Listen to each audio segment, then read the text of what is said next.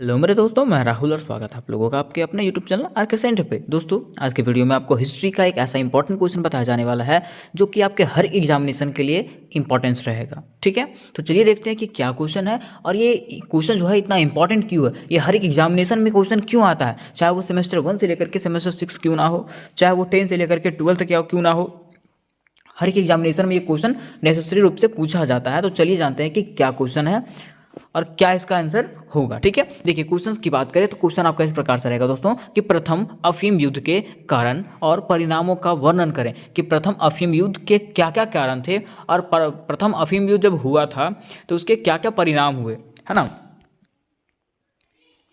तो चलिए इस क्वेश्चन को डील करते हैं हम लोग एक आसान भाषा में। ठीक है, एकदम आसान भाषा में इसको समझने का प्रयास करेंगे। ठीक है, अब देखिए क्वेश्चन यहाँ पे था कि प्रथम अफीम युद्ध, है ना। तो सबसे पहले हम लोग जानेंगे ना कि अफीम किसको कहते हैं। अब अफीम जैसे आपका होता है अल्कोहल, अल्कोहल मतलब दारू। ठीक है, ये तो जानते होंगे। नशीला पदार्थ होता है सिगरेट, खैनी होता है ना, वो खैनी, तो वो क्या है, नशीला पदार्थ होता है। वैसे अफीम भी क्या है, एक नशीला पदार्थ है। क्या है, नशीला पदार्थ है। ठीक है, यहाँ पे ये जो युद्ध था ना, प्रथम अफीम युद्ध जो है वो चाइना और ब्रिटेन के बीच में हुआ था। किसके किसके बीच में हुआ था, चाइना और ब्रिटेन के बीच में ये युद्ध हुआ था। ठीक है, यहाँ पे क्या था कि चाइना जो है ना अपने क्षेत्रों में हर चीज़ को लेकर के क्या था, एकदम तत्पर था। ठीक है, वो नहीं चाहता था कि मेरे राष्ट्र में आकर के कोई भी देश क्या करे, व्यापार करे। ठीक है, लेकिन वहाँ पे उस पर नज़र लगा लगा करके रखा हुआ था ब्रिटेन। ब्रिटेन चाह रहा था कि मुझे कुछ मौका मिले और मैं क्या करूँ, यहाँ पे आकर के चाइना में आकर के क्या करूँ, व्यापार करूँ। ठीक है, तो वो क्या करता है, ब्रिटेन क्या करता है, ठीक है, वो जो है ना अफीम का जो है ना व्यापार करना चालू करता है। ठीक है, अफीम में जो है खैनी मिला करके, ठीक है, नशीला पदार्थ मिला करके, अफीम तो नशीला पदार्थ है ही। ठीक है, नशीला पदार्थ मिला करके वो क्या करता है, चीन में निर्यात करता है। ठीक है, मतलब चीन में जो है व्यापार करने का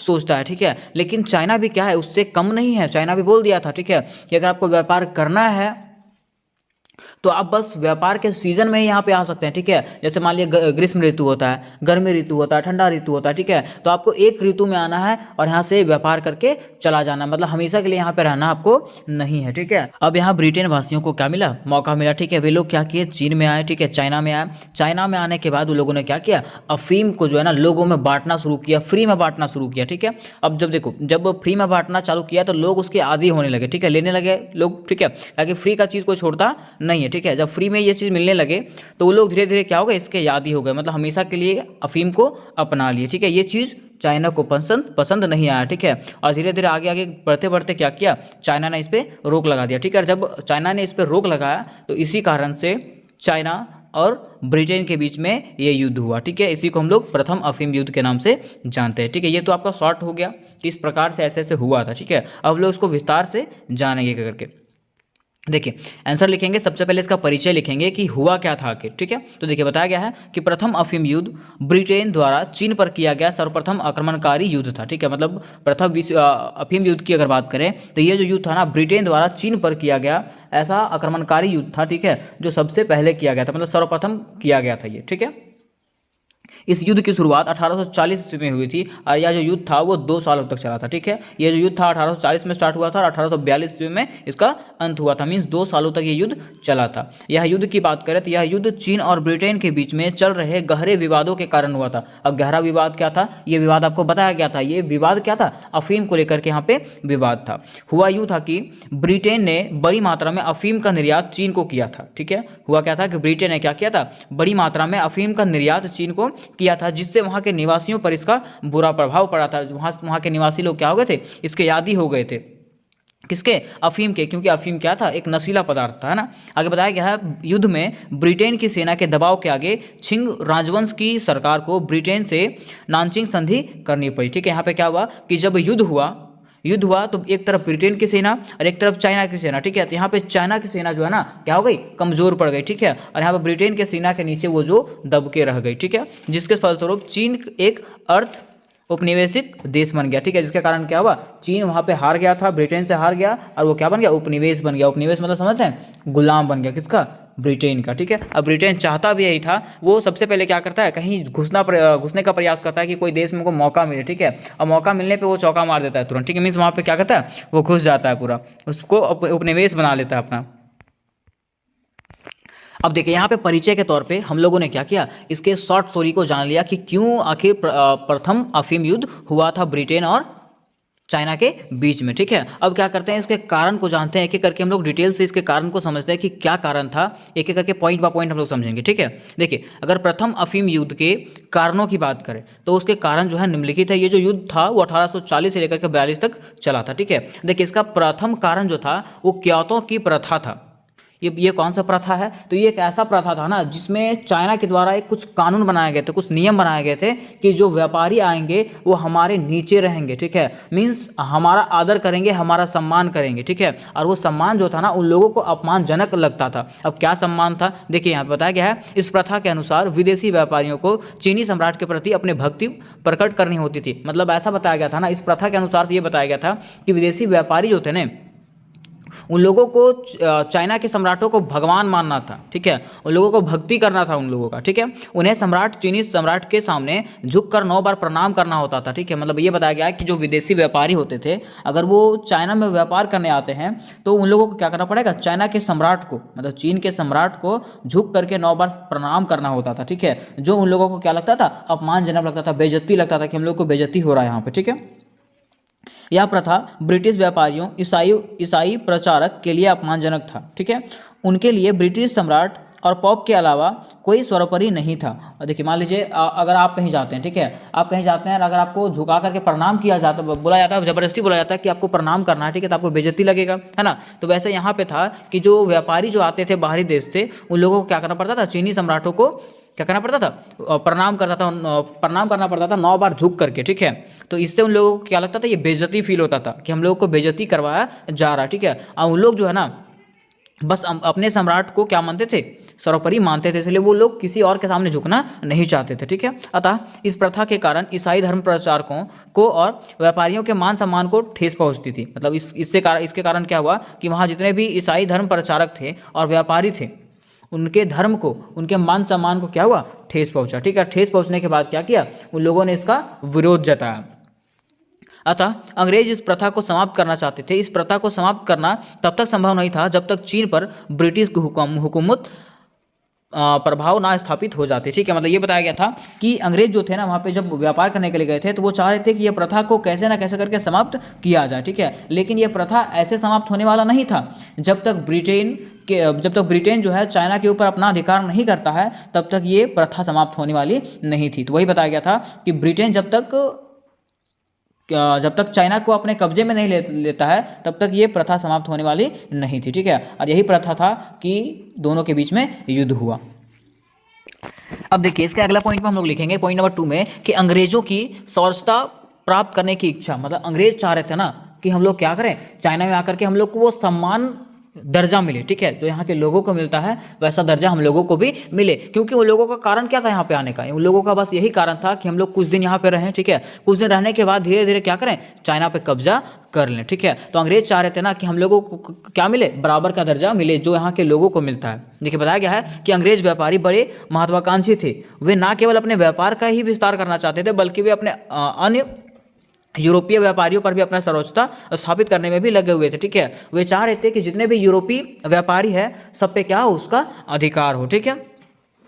इसके साथ ही अंग्रेजी व्यापारी चाहते थे कि चीन का सम्राट उनके प्रतिनिधित्व के साथ समानता का व्यवहार करे, लेकिन चीनी प्रशासक विदेशियों को बर्बर जाति का समझते थे और इस कारण उनके साथ अपमानजनक व्यवहार करते थे। मतलब हुआ क्या कि यहाँ के जो ब्रिटिश सरकार थी, मतलब ब्रिटिश जो व्यापारी थे, वो लोग सोच रहे थे ना कि चाइना का जो सम्राट था वो हम लोगों के साथ बराबर का पेश आए, ठीक है। लेकिन वो ऐसा करता नहीं था। वे जो है इन लोगों को हीन जाति का समझता था और इन लोगों के साथ जो है ना गलत तरीके से पेश आता था, ठीक है, जो इन लोगों को अपमानजनक लगता था। इसके साथ साथ यहाँ पे जो चीनी प्रशासन था, ठीक है, यहाँ पे दृढ़ विश्वास था कि समस्त मानव जाति उसके साम्राज्य के अंतर्गत ही होना चाहिए। मतलब ये मान के रखा था चीनी शासक जो था वो बस इतना जानता था, ठीक है, कि यहाँ पे कोई भी आए वो हमारे अंडर रहे, ठीक है, वो आगे बढ़ने का प्रयास ना करे। इसलिए वो क्या करता था, दूसरों को अपने के नीचे दबा करके रखता था। कौन, चाइना का सम्राट, ठीक है। यहाँ पे आपका दूसरा पॉइंट खत्म हुआ। अब तीसरा पॉइंट क्या है, अब देखिए इसका तीसरा पॉइंट जो है चीन में आर्थिक संकट है। ठीक है, अब चीन में आर्थिक संकट कैसा है, तो आपको बताया गया था कि ब्रिटेन वासी जो है वो यहाँ पे व्यापार करने के लिए आए थे और व्यापार करने के माध्यम से यहाँ पे क्या किए, अफीम फैला दिए। ठीक है, अफीम फैलाने के बाद यहाँ के लोग जो हैं वो क्या हो गए, अफीम के यादी हो गए। मतलब बहुत सारे लोग जो थे अफीम के यादी हो चुके थे, लेकिन कुछ लोग ऐसे भी थे जो अफीम के यादी नहीं हुए थे। तो यहाँ बताया गया है कि चीनी लोग अफीम के यादी नहीं बनना चाहते थे। चीनी लोग जो हैं, चीनी के जो कुछ लोग हैं वो लोग चाह रहे थे कि यहाँ पे अफीम ना फैलाया जाए, और इसी कारण से क्या हुआ, जो उन लोगों के देश में, चीन में जो अफीम का व्यापार हो रहा था, उन लोगों ने उनका क्या किया, विरोध किया। ठीक है, अब विरोध करने के बाद लोग यही बोल रहे थे ना कि चीन के सम्राट जो हैं वो क्या कर रहे हैं, कुछ पैसों के खातिर क्या कर रहे हैं, यहाँ पे व्यापार करवा रहे हैं, है ना। आगे देखिए बताया गया है कि अफीम के व्यापार से देश की आर्थिक स्थिति क्या बिगड़ती जा रही है। मतलब उन लोगों का यही कहना था कि अफीम के व्यापार से क्या हो रहा है, चाइना का आर्थिक स्थिति जो है वो बिगड़ता जा रहा है, यहाँ का तंत्र जो है ना वो क्या हो रहा है, बिगड़ता जा रहा है। ठीक है, और यहाँ से दूसरे देश के लोग भी क्या कर रहे हैं, पैसा लूट के लेके जा रहे हैं, क्योंकि यहाँ के लोग जो है ना अफीम के यादी हो चुके थे। उन लोगों को हर हालत में अफीम चाहिए था, इसलिए वो लोग क्या कर रहे थे, भारी मात्रा में अफीम का निर्यात कर रहे थे और यहाँ से पैसा लूट करके जा रहे थे। इसलिए अफीम की व्यापार को रोकने के लिए 1839 ईस्वी में लिन त्योहिसु कैप्टन का कमिश्नर नियुक्त किया गया। ठीक है, इसलिए क्या किया गया, 1839 ईस्वी में जो है ना एक कैप्टन को नियुक्त किया गया। ठीक है, चाइना में एक कैप्टन को नियुक्त किया गया ताकि यहाँ का जो अफीम का व्यापार है उसको क्या किया जाए, रोक लगाया जाए, उस पर रोक लगाया जाए। ठीक है, ताकि यहाँ के लोग जो हैं अफीम के नशे से बच सके। वहाँ पे जो कैप्टन का चुनाव हुआ था, ठीक है, वो क्या था, ईमानदार अधिकारी था, एक ईमानदार अधिकारी था। उसने कैंटन पहुँचते ही, जब वो कैंटन पहुँचा तो उसने कैंटन पहुँचते ही सभी विदेशी व्यापारियों को क्या किया, अवैध अफीम को सौंप देने का अधिकार दिया। ठीक है, मतलब जितने भी वहाँ पे व्यापारी थे, विदेशी व्यापारी थे, उन लोगों को बोला ये कि आप लोग क्या कीजिए, अफीम को जो है ना हम लोगों को सौंप दीजिए। ठीक है, लेकिन विदेशी व्यापारियों ने इसका विरोध किया, और उसके बाद क्या हुआ, विदेशी व्यापारियों ने इसका विरोध किया। ठीक है, इसका परिणाम यह हुआ कि लिन ने सभी व्यापारिक संस्थाओं पर कड़ा पहरा लगवा दिया। ठीक है, और उन्हें अफीम सौंपने के लिए बाध्य किया। ठीक है, और वहाँ पे क्या किया, वो कड़ा पहरा लगा दिया और उन लोगों को ये बोल दिया कि आपको क्या करना है, हर हालत में जो है अफीम जो है हम लोगों को क्या करना पड़ेगा, सौंपना पड़ेगा। ठीक है, इसके साथ ही इसलिए विदेशी व्यापारियों का यह भी सूचित किया गया। ठीक है, इसने विदेशी व्यापारियों का यह भी सूचित कर दिया था कि वे तभी कैंटन से बाहर जा सकेंगे जब वह अपने अफीम के भंडार को सरकार को सौंप देंगे। ठीक है, ये भी बता दिया कि उन लोगों को अगर कैंटन के बाहर जाना है तो लोग तभी जा सकेंगे जब वो लोग अफीम के भंडार को सरकार को सौंप देंगे, उसके बाद ही यहाँ से वो लोग अपने परिवार से मिल सकेंगे और यहाँ से बाहर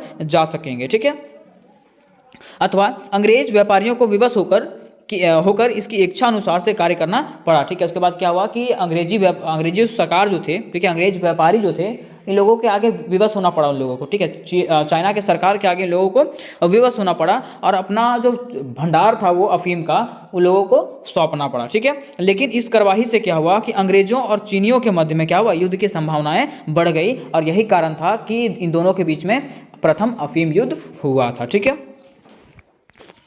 उसके बाद देखिए पॉइंट नंबर 4 क्या है कि उपनिवेश स्थापित करना। ठीक है, मतलब चीनी शासक जो है ना यहाँ पे उपनिवेश स्थापित करना चाह रहा था। चीनी शासक सोच रहा था ना कि ये लोग जो है हमारे देश में आकर के व्यापार कर रहे हैं तो ये हमारे नीचे रहेंगे। ठीक है, लेकिन वे लोग जो है ब्रिटेन के व्यापारी जो है, ठीक है, वो लोग इसके बात को मानने के लिए इनकार कर दे रहे थे। ठीक है, देखिए बताया गया है चीनी सरकार का यह कहना था कि कैंटन में निवास करने वाले विदेशी व्यापारी चीन के नियम तथा कानूनों के अंतर्गत निवास करते हैं और चीनी अधिकारी इस सिद्धांत के अनुसार कार्य करते हैं। मतलब उनका कहना यही था, चीन सरकार का कहना यह था ना कि यहाँ पे जितने भी व्यापारी आए हैं सब मेरे अनुसार से कार्य करेंगे, मेरे नियमों और कानूनों के अनुसार से यहाँ पे निवास करेंगे और कार्य करेंगे। ठीक है, लेकिन विदेशी व्यापारी चीन के नियम और कानूनों को मानने के लिए तैयार नहीं थे। लेकिन जितने भी विदेशी व्यापारी थे इनके कानूनों को, इनके नियमों को मानने के लिए तैयार नहीं थे, और यह भी एक कारण हुआ कि इन दोनों के बीच में एक युद्ध का कारण बना। ठीक है, फिर देखिए पॉइंट नंबर आपका 5 है युद्ध के तत्कालीन कारण।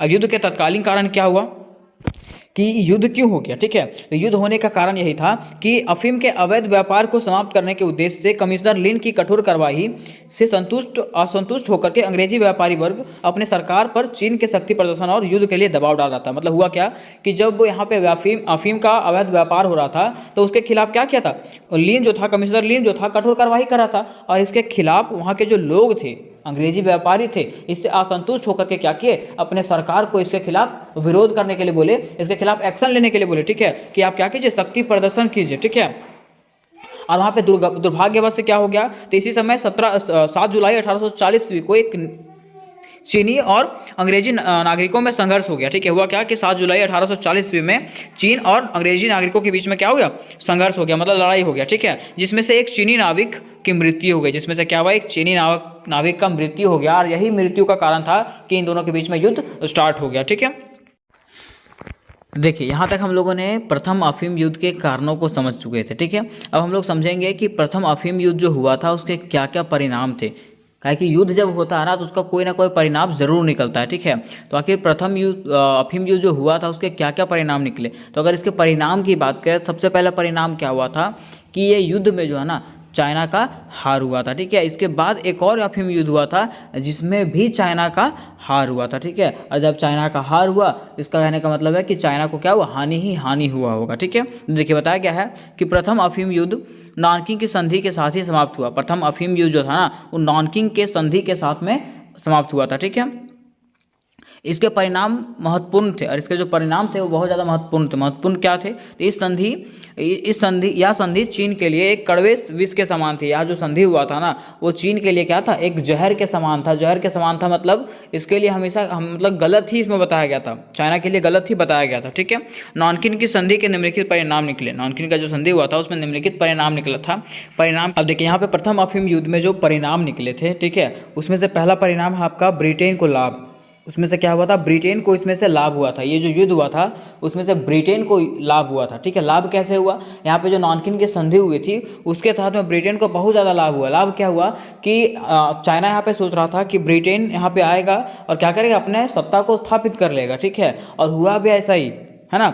यहाँ पे ब्रिटेन क्या किया, ब्रिटेन और चाइना के बीच में युद्ध हुआ जिसमें से चाइना का हार हुआ। चाइना का हार होने के बाद ब्रिटेन ने क्या किया, इसके खिलाफ विरोध कर दिया। ठीक है, विरोध करने के बाद जब नानकिन का संधि हुआ तो ब्रिटेन को जो है ना यहाँ का सत्ता को सौंप दिया गया। ठीक है, और यहाँ पे जो है ना व्यापार करने के लिए सौंप दिया गया कि जैसे आप चाहते हैं उस तरीके से व्यापार कर सकते हैं। ठीक है, उसके साथ साथ चाइना को ये कहा गया कि आपको क्या करना है, ब्रिटेन को जो है ना 2 करोड़ 10 लाख डॉलर की धनराशि देनी पड़ेगी। ठीक है, क्योंकि ये युद्ध में जो है ना ब्रिटेन को बहुत ज़्यादा क्षति हुई है, इसलिए चाइना को क्या करना पड़ेगा, 2 करोड़ 10 लाख डॉलर की धनराशि देना पड़ेगा। किसको, ब्रिटेन को। ठीक है, जिसके साथ साथ जिसके बाद क्या हुआ कि चाइना को इससे बहुत ज़्यादा क्षति हुआ। ठीक है, आगे बताया गया इसके साथ ही चीन के 5 प्रमुख बंदरगाहों पर ब्रिटेन का प्रभुत्व स्थापित हो गया। ठीक है, उसके साथ साथ क्या हुआ कि चाइना का जो बंदरगाह था, चाइना का जो 5 प्रमुख बंदरगाह था उस पर भी क्या हो गया, ब्रिटेन का प्रभुत्व स्थापित हो गया। ठीक है, ये इसका पहला परिणाम था।